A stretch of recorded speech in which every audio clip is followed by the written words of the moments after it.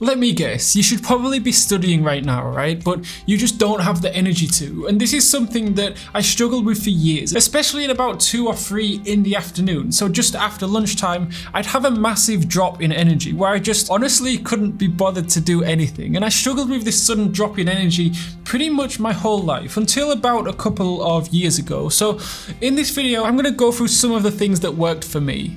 The Scottish shower. This hack takes about 1.5 minutes. So you take a shower where the first 30 seconds is freezing cold, then the next 30 seconds is the hottest that you can tolerate, and then the last 30 seconds is freezing cold again. The science behind it suggests that the dramatic contrast in temperature works to open up your capillaries and increase blood flow. A 2008 study published in the Medical Hypothesis journal even suggested that having a cold shower for about 2 to 3 minutes can cause an increase in beta endorphins in the brain. So the cold water also stimulates cold receptors in the skin that send electric signals into the brain, consequently contributing to its antidepressive effects. So taking a Scottish shower can immediately boost your energy and be as effective as taking a shot of espresso, but also it can make you happier. Take a walk outside. Duke University researchers found that exercise releases endorphins that significantly improve your mood up to 2 to 3 hours later.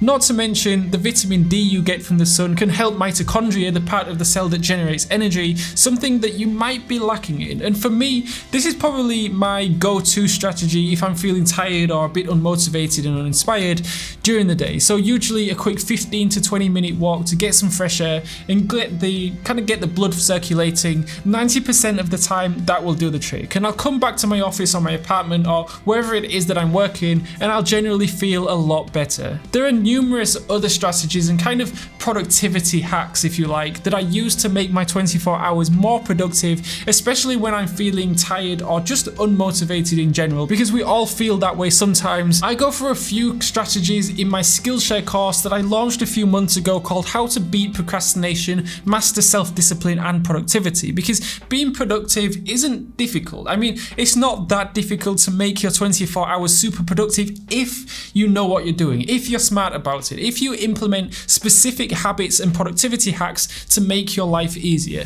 That's really what I talk about in the course. But anyway, if you're interested in it, check it out. I'll leave a link in the description where you can get a 1-month free trial to access all my Skillshare courses.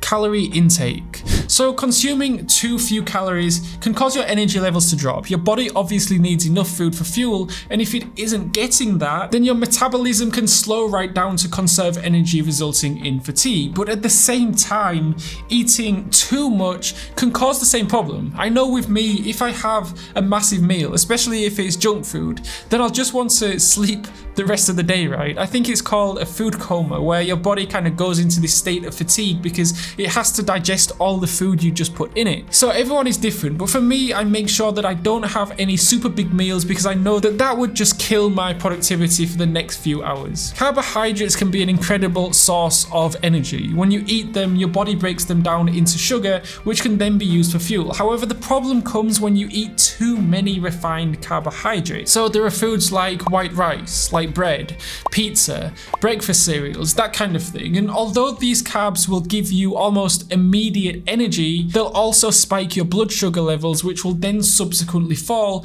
which can leave you feeling exhausted. And there have been multiple studies that have shown this. So for example, a 2013 study by researchers Park, Yu and Chang found that these refined carbohydrates significantly reduced the average energy levels of a sample of 239 Korean college students. In another 2014 study, researchers gave snacks high in refined carbs to one group of children before a football game, and they gave the second group of children peanut butter based snacks. So the group of children with the refined carb snacks reported far more fatigue than the children that ate peanut butter snacks. So to keep your energy levels more stable, replacing these refined carbs such as white rice and bread with whole foods such as vegetables will help.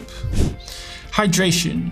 So hydration is something that is often overlooked when it comes to feeling fatigued during the day, but it's something that is so easily avoidable. So several studies have shown that even mild dehydration can lead to lower energy levels and lower performance at work. So generally 8 glasses of water are recommended daily. However, that may be more or less depending on other factors such as weight, age, gender, level of activity and humidity of your environment. And it's pretty straightforward. I just make sure that I have either a water bottle next to me when I'm working or a glass of water, because if it's always there next to me, then I'll just keep seeing it, so it will keep reminding me to stay hydrated. And I have a glass of water right here.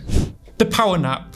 So taking a nap during the day can be so incredibly effective to combat fatigue. I like the idea of pushing yourself hard throughout the day, but also kind of going with the flow too, and somehow getting the right balance between self-discipline and just going with how you feel. And so if you are feeling really tired during the day, then often it's worth just having a 1-hour nap. Obviously, if you are able to. I mean, if you're at work or at school, then it's probably a lot harder, but if you can. I like the idea of being productive and getting a lot of work done in an easy way, if that makes sense. So going with the flow rather than against it. So if you are feeling really tired, instead of having to fight it and just keep going, take a break, have a nap, and there's a good chance you'll feel a lot better once you wake up. Inactivity. Inactivity can be a major cause of tiredness throughout the day. So back when I was in high school, so like more than 10 years ago now, I think this was probably the #1 factor that made me tired during the day, because I just wouldn't do anything. I mean, I wouldn't do anything physical. I'd just be sitting there, standing up, maybe walking very short distances, and that's about it. There have been countless studies that show that exercise can reduce fatigue and stabilize energy levels. Even really minimum increases in physical activity seem to be beneficial. And what I've been doing recently is replacing sedentary behaviors with active ones. So for example, I'll stand up and walk on my balcony for a couple of hours in the day rather than just sit down at my desk. I'll take the stairs instead of the elevator, and I'll try to walk rather than drive where possible. It's these kind of small things, and they are only small, but they do add up. And I'm definitely more active now than I used to be. I do a lot more exercise, pretty much daily for at least an hour, and that definitely helps, which is kind of weird because you'd have thought that doing intense exercise would make you more tired, right? But at least for me, it does the complete opposite. It wakes me up. So not getting enough sleep is probably the most obvious point in this list. According to the American Academy of Sleep Medicine and Sleep Research Society, adults need on average at least 7 hours of sleep every night to have optimum levels of energy throughout the day. And I think the single most important factor here is to wake up at the same time every morning and go to sleep at the same time every night. And that for me is so important. I used to sleep whenever I felt like it. Sometimes it would be 11 p.m, others it would be 2 in the morning, or I'd wake up at different times too. Sometimes I'd wake up at 7 a.m. when I had to wake up for school, and then on the weekends I'd wake up at 12 noon. So my sleeping pattern was all over the place. It wasn't until university that I actually got my sleeping pattern in check. I started going to sleep early and waking up at 4:45 a.m. and as cliche as this sounds, it was a game changer. I just felt so much better throughout the day. My energy levels were more stable. I didn't go through such a big energy drop in the afternoon. I would procrastinate far less because I felt more motivated.